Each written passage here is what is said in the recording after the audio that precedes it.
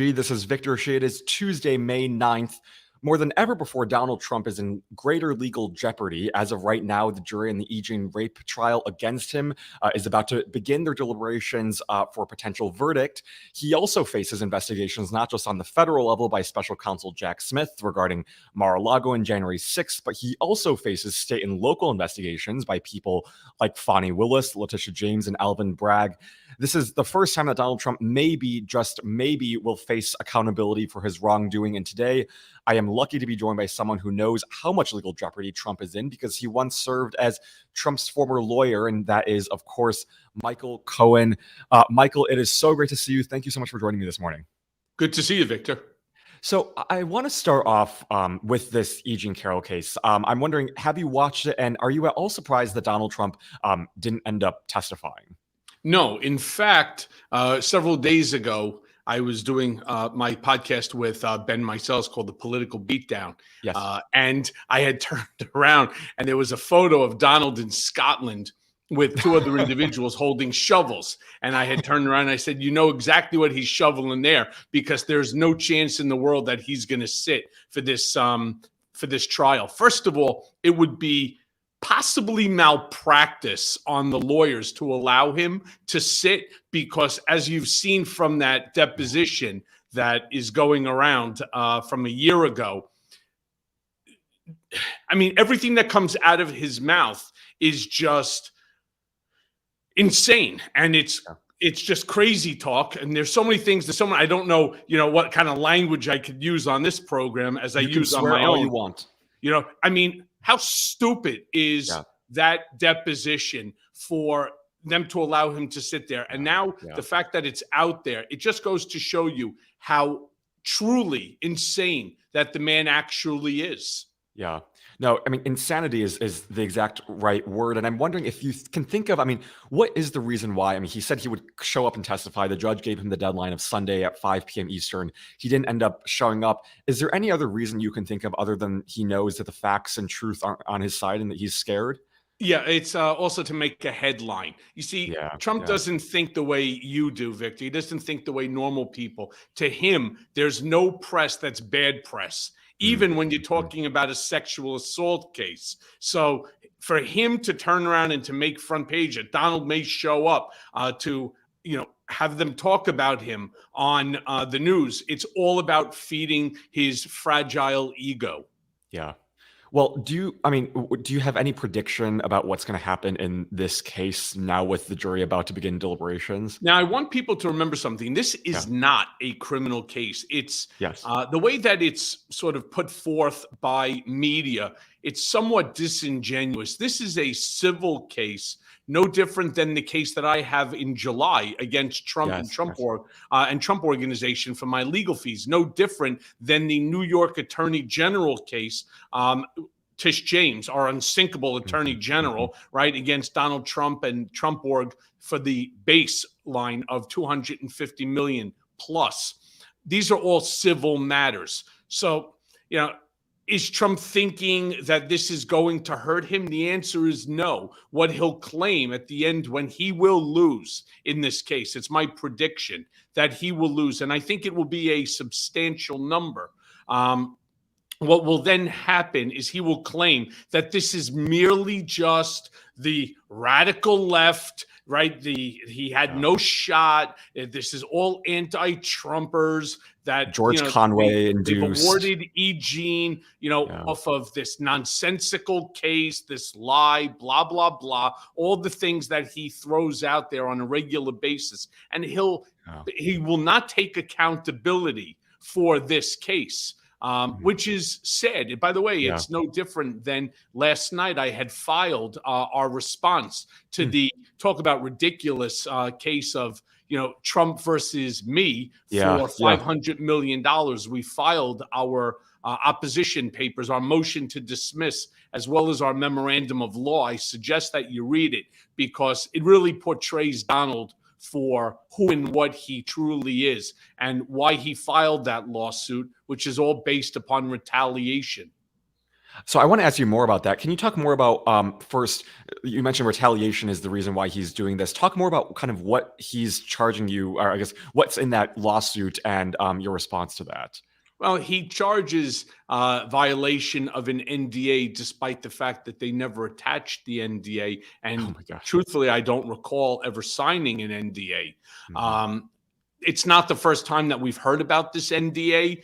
It's been talked about quite a bit. However, nobody has ever seen it. At least I've never seen it. And they've Yeah, never, yeah, none of the lawyers have ever presented a copy of it, which of course should make everyone, myself included, suspect as to right. why they include it. Second, he talks about breach of fiduciary duty and duty of care and attorney-client privilege. One of the things that a lot of people don't recall is there was a special master in my case, Barbara Jones, when they Yes, took yes. the 10 plus million documents off of my computers and cell phones. And another thing that the media was somewhat disingenuous on, there were a multitude of electronic devices that were Hmm. seized Hmm. during the raid from my home, the hotel that I was staying at with my family, my law office. Most of those, I mean, when I say most, out of, let's say, 15 or 17 items that they claim that they seized, I think only 4 of them were mine. The other 13 belonged to my children as well Wow, as to my wife. We're talking wow. about old cell phones that we never even used because, Yeah. like, I had a Palm Pilot, the kind that you flip the antenna up. I mean, that's what they took. And Don't also date my yourself too wife's much. BlackBerry. I mean, it was a lot of photos out of the Yeah, 10 yeah. million. But at the end of the day, it was really Giuliani who broke the privilege when he went on television talking about the Stormy Daniels payment and so on. And Donald, at that point in time, didn't care. He said, listen, I don't care. I'm waiving the privilege. And Rudy went out there and he, of course, lied when he talked about the transcription of it, claiming that I said that we should pay in cash when in fact it was Donald who said that. And I said, no, no, no, no, no. We need to pay by check. Yeah, yeah. So there's a ton of arguments to this case. His case is baseless. It's all designed, again, as retaliation. It's designed not just solely for me. It's designed for others because it received a Mm, tremendous amount of yeah, press. yeah. That, let's say, hypothetically, Victor, you were going to testify or consider testifying against Trump. Do you really want a $500 million Yeah, lawsuit yeah, by Trump against you, a guy who will probably be, despite twice impeached, you have, sexual allegations, you have, indictment by the New York DA, right, soon to be right. indictments by Fonnie Willis in Georgia. Who knows what's coming down the pike and when by Jack Smith. This guy will still be the Republican nominee, which is just it's such a sad commentary for the Yeah, yeah. GOP. I mean, it is so sad, and like you said, there is a level of intimidation here. But I want to ask you, maybe zoom out a bit from this case. You mentioned the DA's case, and that was obviously a good first step, 34 counts of felony, and it seems like the next time Trump will come in terms of that case is December. Talk about that case and kind of where we go from here, and maybe the broader implications of this for Trump, if at all. Well, this is a very serious case, and Yeah, something that you and your viewers, may have seen a lot is, why is Alvin Bragg bringing this case? It's such a ticky-tack case.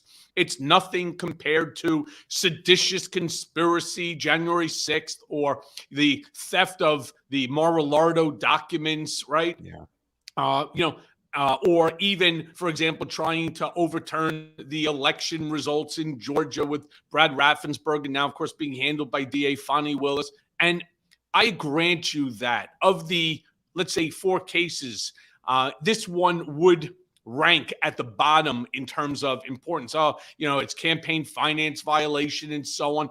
I don't know why we're now ranking crimes. Yeah, yes, yes, exactly. it is still a crime. In fact, it's Right. a crime that was part of the sentence that I went to prison for. All Yeah, right. yeah, Well, and so I'm not sure why people are doing this. Oh, it's not as crazy as the seditious conspiracy. Granted, you're right about that, but a crime is still a crime. I mean, people who rob stores go to prison, no different than people who murder somebody go to prison. You know, I don't understand why that we've decided to do this. It's like for Donald, it's on a ranking scale. You know, hey, it's almost like pick a card, pick a crime, any crime, and we'll see which one ranks higher than the other. Good for Alvin Bragg for stepping up and finally doing what really, in all fairness, should have been done a year ago. But he's the DA. It's his decision. He made the decision that he wanted to go further. He was brand new to the office. He took a little bit of a step back, but ultimately he made the move, and good for him. And it would be nice to see others move a little expeditiously as well. Yeah, I mean, good for Alvin Bragg. And I know, Michael, you have also done a lot in this case. So I just want to thank you personally. I know that a lot of people thank you for your role in testifying and giving Manhattan DA Alvin Bragg the information that he needs. So thank you for your role in this. Well, let's not forget the same. The same was said of me by Tish James when she thanked me. For that case as well. I have provided hundreds and hundreds of hours of testimony to 7 different congressional committees, including one that everybody watched on television, the House Oversight Committee. In fact, I may be going tomorrow to D.C. as a counter protest to the Comer to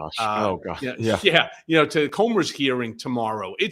They are all out of control. This entire GOP, especially folks like Comer.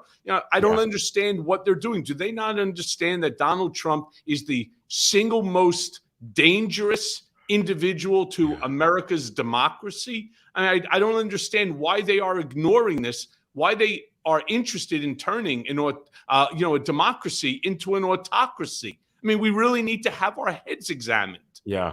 I mean, the entire Republican Party seems like they have to have their head examined. I mean, especially after mass shootings. I mean, you see their arguments saying, oh, well, it's mental health. And then you have 205 of them voting against mental health services. So, I mean, this Republican Party is insane. But I want to maybe just end the episode. By the way, Victor, until it shows up in their backyard, like what unfortunately occurred in Dallas, this gun shooting bullshit has to come to an end. And it needs to come to an end right now, fucking today, because nobody should have to feel the sorrow, the loss when you talk about children or family members. There are going to be now how many people have to die before sensible gun legislation is finally imposed. We're not talking about Democrats taking away anybody's guns. We're talking about sensible gun legislation. We're talking about mental health and the fact that they can't see past their nose on this issue because of the NRA's dark money. It's obscene. It's obscene.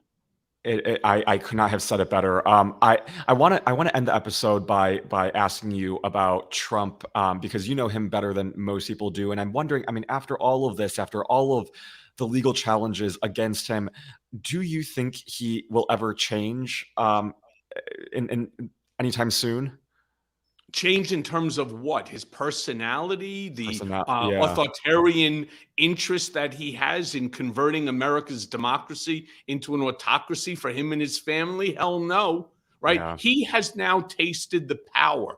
Donald was always an ass, but he became, when he sat behind that Lincoln desk in the Oval Office, he became the worst version of himself imaginable. Yes. And he wants that back. He wants that power. He understands and the jealousy that he has for folks like Putin or Kim Jong-un, Mohammed bin Salman, Erdogan. He is all for this dictatorial supreme leader monarch, dictatorship, because it's unlimited and unbridled power and authority. And that's what he wants. He wants to turn America into exactly what Putin has turned Russia into. And it's basically his country to do with and to do what he wants. And the funny thing is all of these mega rich morons that are out there supporting him, the maggots, I get it. You got a few that follow,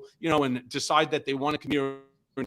Nobody's affected by them. But the problem with like these maggots is that they're supporting this anti-American ideology. The people I don't understand are these uber rich, especially like the Wall Street, Palm Beach folk, who don't seem to understand that once Trump takes power, and unlimited power, which he will go for if hypothetically he becomes president again, he will take their money too. Simply because he doesn't give a shit about anyone or anything other than himself. He will turn around and say to the Elon Musks of the world or the Jeff Bezoses of the world, day one, he'll do what Mohammed bin Salman did. He'll round them all up. He'll throw them into the ballroom of his Mar-a-Lago, ballroom, or he'll do it at Doral or wherever he'll end up doing it, and he'll do exactly what Mohammed bin Salman did.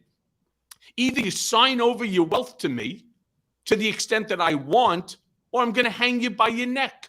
And that's exactly what was done. And that's what he's going to do. So these idiots, and there's no other way to describe them, these fucking idiots are out there supporting this lunatic who's going to come back to bite them in the ass, but they're too stupid or they're too power hungry to realize it because they made so much money under his administration. They're looking for round two. They don't realize round two is going to be their knockout. Well, I mean, that's the most terrifying part, is that you have people like Elon Musk and these billionaires who I don't think are, well, maybe they're idiots, but I would think they have some sort of brain and critical thinking skills. But when you look at the vast majority of, or not maybe the vast majority, but other parts of the country, you still have very deep pockets of MAGA people supporting Trump. And I'm wondering, as someone who, you get a lot of Twitter feedback and Twitter attacks, baseless ones, not based off of any facts, but are kind of peddled by Trump and people believe in it. How do you teach people facts again? I mean, how do you get people to believe in basic kind of civic norms and processes? Or do you think that's long gone given kind of what Trump has unleashed? To the 28% of the MAGAs of the Republican Party that are so entrenched into this cult, there's nothing that you could do. And there's nothing that Donald can do that would get them to change. He could shoot someone, kill them on Fifth Avenue, as he said, and they'd still vote for him. I mean, we're talking about a twice impeached, now indicted former president who's leading the GOP. So there's nothing that you could do for those. To the rest of the people, like, the people who are somewhat independent or they're not entrenched into the cult so deeply yet, just keep hammering them with facts, facts, and more facts. And the more lies that keep being touted and spread and regurgitated by Fox News and OAN and Newsmax, and now even CNN. They do it too. I don't understand what CNN is doing. First, you have guys like, Ty Cobb on, and then this morning you have Tim Scott, and then they're doing a Donald Trump town hall with Caitlin Collins. What are they thinking? You think that Caitlin is going to go after Donald? I can't wait to see if she does or she doesn't. The truth is, I don't even want to watch it. But because I have my own podcast between Political Beatdown and Mea Culpa, I have to watch it in order to discuss it. Other than that, I wouldn't want to even watch it because it's going to be, I hope it's not going to be a bunch of softballs like a Hannity interview, right? And that Caitlin tries, but I don't see it happening. I truly don't. I think it's going to be just a waste of everybody's time, mine included. I am right with you. Well, Michael Cohen, you mentioned your podcast, Mea Culpa. You mentioned your show, The Political Beatdown, and you also have 2 books, Disloyal, a memoir, Revenge, how Donald Trump weaponized the Department of Justice. And tell us more about kind of where we can find you and maybe what's next for you. I'll be honest, I don't know what's next for me. As I sort of take every day, as it comes. The podcast will continue. Will I do another book? I guess when this is all over, I'll probably do a summation, a third book, onto it. Maybe. Right now, I'm just dealing with 5 different lawsuits, including which is the one that we just put through. It's absolutely exhausting. It's not the life that I expected. It's not the life that I used to have. I sometimes kick myself in the ass saying, why did I accept that job? Going back into, 2007 when he offered it to me. I didn't need his work. I was semi-retired. I was enjoying my life with my wife and my 2 children. Now everything is upside down, backwards. The attacks on not just on me, but on my family are, relentless by, these MAGA fools. What's next for me? I don't know. I'm sort of playing that out for the last chapter of my life. But one of the things that I can assure you and all of your viewers that I will continue to do, I will continue to speak truth to power. I will ensure, as best as I can, that I reach as many people in this country so that we don't lose our democracy, that we don't see more Dobbs decisions coming down the pike, that, things like Roe v. Wade or our ridiculous Supreme Court these days, that we're, in a position to pass down democracy to our children and to pass down civil rights and to pass down, American ideas and ideology and leave the country better for our children, grandchildren, and great-grandchildren than we got it. That's where I'm at right now. But as far as from a professional standpoint, I really don't have an answer. Well, Michael, like I said if you before, have an answer, if you have a thought, I would love to hear it. Well, I think you have yourself, you have 2 books, you have 2 shows, which are so important, and your lawsuits are critical for democracy and holding Trump accountable. And I know myself and so many others thank you for what you're doing. I know it's not easy. I know it's difficult for you and your entire family, but our entire democracy thanks you for what you're doing. So thank you for all that you are doing, and thank you for joining me this morning. Good to see you, Victor. Great seeing you. Bye, Michael.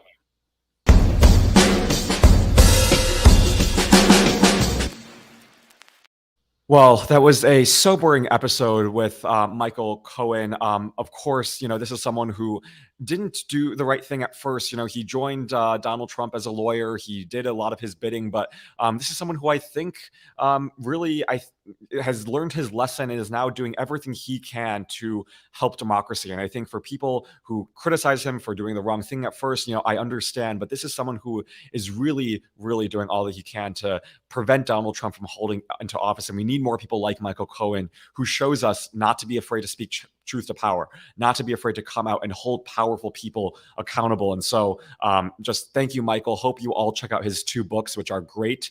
It is Revenge and Disloyal. It is really wonderful. Just a couple of things before I let you go. We were talking about the CNN town hall with Donald Trump tomorrow on CNN in New Hampshire. Well, this morning, Liz Cheney announced a new ad, and she is now airing it on CNN. It's out on CNN right now, and it's launching the day before the New Hampshire town hall. And it basically says Donald Trump is proven that he is unfit for office and he is a risk America can never take again. I mean, it's quite an epic ad by Liz Cheney. And you just remember what Liz Cheney once said at the Texas Tribune Festival, which is that she will do everything in her power to keep Donald Trump away from the White House in 2024. So that was quite the epic ad. And she's now releasing that. I mean, just kind of talk about timing, right? I mean, the day before the CNN town hall, she's airing it in New Hampshire for those who are watching. And it's just kind of a new punch at Trump. I mean, this is someone who this is just the beginning. Liz Cheney is really not throwing around any punches, and it's pretty amazing. I mean, so all props to Liz Cheney and what she's doing to hold Trump accountable. She's someone else who we may disagree a lot on political views. I think if I were to have a policy conversation with her, we would disagree on pretty much everything. But at the end of the day, we need more elected officials who are in office who can put country above politics, who can put the well-being of our democracy and constitution above power and wanting to win their next election. And Liz Cheney is the embodiment of that.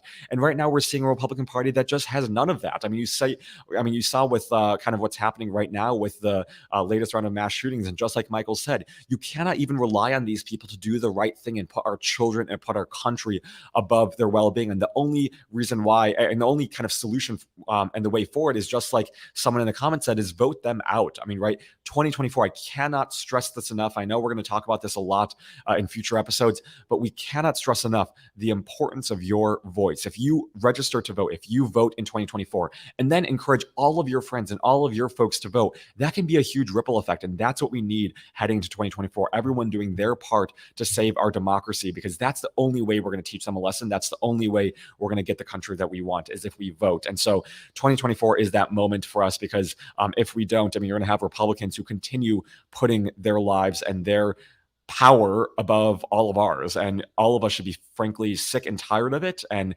channel that outrage and passion to the ballot box. So Liz Cheney, we saw some interesting news that, and just a little bit of lighthearted news yesterday. There was a special event at the White House commemorating Asian American Pacific Islander month, which is this month. They did a special screening with the cast of American Born Chinese, which is a great new Disney show. Check that out if you haven't, but it was a great moment seeing all of some of my friends and some of amazing Asian American activists out there and organizers there kind of really kind of uniting and showing America that Asian Americans are here, we are represented. And thank you for this administration too for doing that, because the last administration did nothing but hurl anti-Asian sentiment against this community. So thank you, President Biden. Thank you, the White House, for doing that. And again, it's a great new show on Disney called American Born Chinese. That's all I had for you today. Tomorrow, I will be joined by Kate Shaw to talk about the importance of the Equal Rights Amendment, which I know all of, hopefully, us are passionate about. I'm someone who I'm a man. I believe that women should have equal rights as I am. And so I will talk to Kate Shaw about the importance of the ERA, but more importantly, how we can get it passed and what it will take to get it passed. So join us tomorrow at 8 a.m. Pacific, 11 a.m. Eastern, right here on youtube.com/Politicon. We'll be back for the rest of this week with some exciting guests to talk about all the news of the week. On Friday, we'll be joined by Steve Vladeck to talk about the broken Supreme Court. On Thursday, we'll talk about the secretaries of state around the country who are really doing yeoman's work to try to combat Republican voter suppression and challenges against elections. And that's going to be with Jocelyn Benson. Again, don't miss that 8 a.m. Pacific, 11 a.m. Eastern, right here on youtube.com/Politicon. Be sure to like and subscribe so you don't miss an episode. Hope you all enjoy this episode with Michael Cohen, and I will see you all tomorrow. Have a great rest of your Tuesday.